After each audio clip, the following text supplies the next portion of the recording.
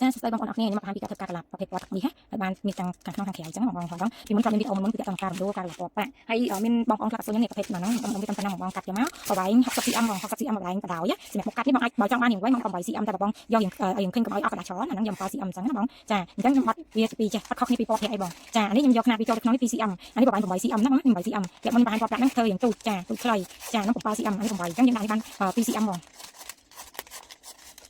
ចាហើយយើងកាត់តែ 2cm ហ្នឹងហើយពេលដែលបត់យើងបាយពណ៌សជាងក្រៅខ្ញុំគាត់ថាពូជពីចូលមកមកតាំងពីបងប្អូនគួចឲ្យដាច់មិនចេះមកណាឲ្យវាឃើញពូជចឹងចាអញ្ចឹងខ្ញុំធ្វើម្ដងទៀតឲ្យមើលចាអញ្ចឹងណានេះគឺបែបនេះបងធ្វើថ្នាំដៃតិចតែមិនចឹងឲ្យហើយណាកណ្ដាស់ពណ៌មាសហ្នឹងវាអត់ដូចជាប្រភេទដាក់កណ្ដាស់យើងប្រើពណ៌ផ្សេងៗនេះចាតែនេះយើងចង់បានបាត់ចឹងដើម្បីអីកុំឲ្យឃើញពណ៌សព្រោះតែមិនចឹងយើងឃើញខ្នងវាពណ៌សហើយព្រោះវាអត់មានពណ៌មាសខាងទេចាបងកាត់ចឹងណាតាមទំហំដែលយើងស្រឡាញ់បងចង់បានខ្លាត់ធំខ្លាត់ទូចបងចង់បានខ្លាត់តិចបងធ្វើញឹកតិចទៅបងចង់បានខ្លាត់ធំបងអាចធ្វើឲ្យវាគេថាមើលអញ្ចឹងណាចា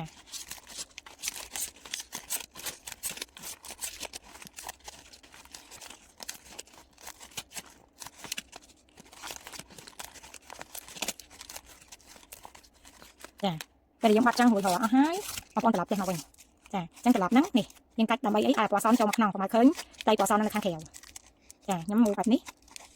ហើយសម្រាប់បងគាត់និយាយថាចង់បានឃើញយើងឃើញយើងហ៊ីពីខ្លាំងបងសម្រាប់ដល់ទៅមកពិបាកទាញអីចឹងណាចា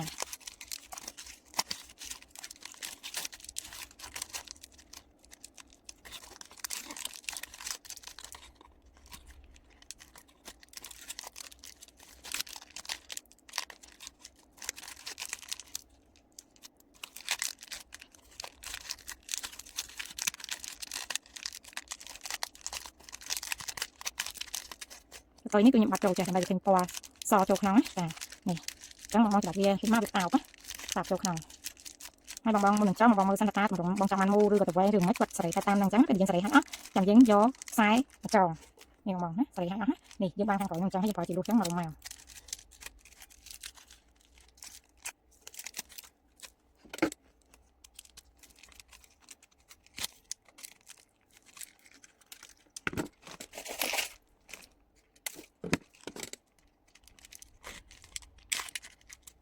ចានេះប្រភេទការកន្លប់ពណ៌មាសរបស់យើងបានធ្វើរួចហើយបងចង់ឆ្លៃសញ្ញារបៀបនេះបងអាចធ្វើតាមសំណងចំណុចចិត្តរបស់បងបានណានេះប្រភេទការកន្លប់ពណ៌មាសចាអញ្ចឹងខាងបងមានទទួលកម្លាំងក្នុងការបាត់ដែរចាបងចែកតាមណាបងអាចកម្លាំងមកខាងបងបានណាខ្ញុំការចង់ធ្វើធំទូចនេះបងធ្វើតាមនឹងជូនបានចាអញ្ចឹងបងចែកតាមកម្លាំងខ្ញុំឆាត់ទៅទីកម្មសម្រាប់មួយពីរតែ3បីដែរបងទៅការកម្លាំងតិចតួចអីចាអីឬក៏អីផ្សេងៗអញ្ចឹងហើយសូមជួយ subscribe ដើម្បីបងធ្វើនៅវីដេអូផ្សេងៗតទៀតអញ្ចឹងដើម្បីចែករំលែកពីបទពិសោធន៍ក្នុងការធ្វើជូនបងអញ្ចឹងណាចាសូមអរគុណ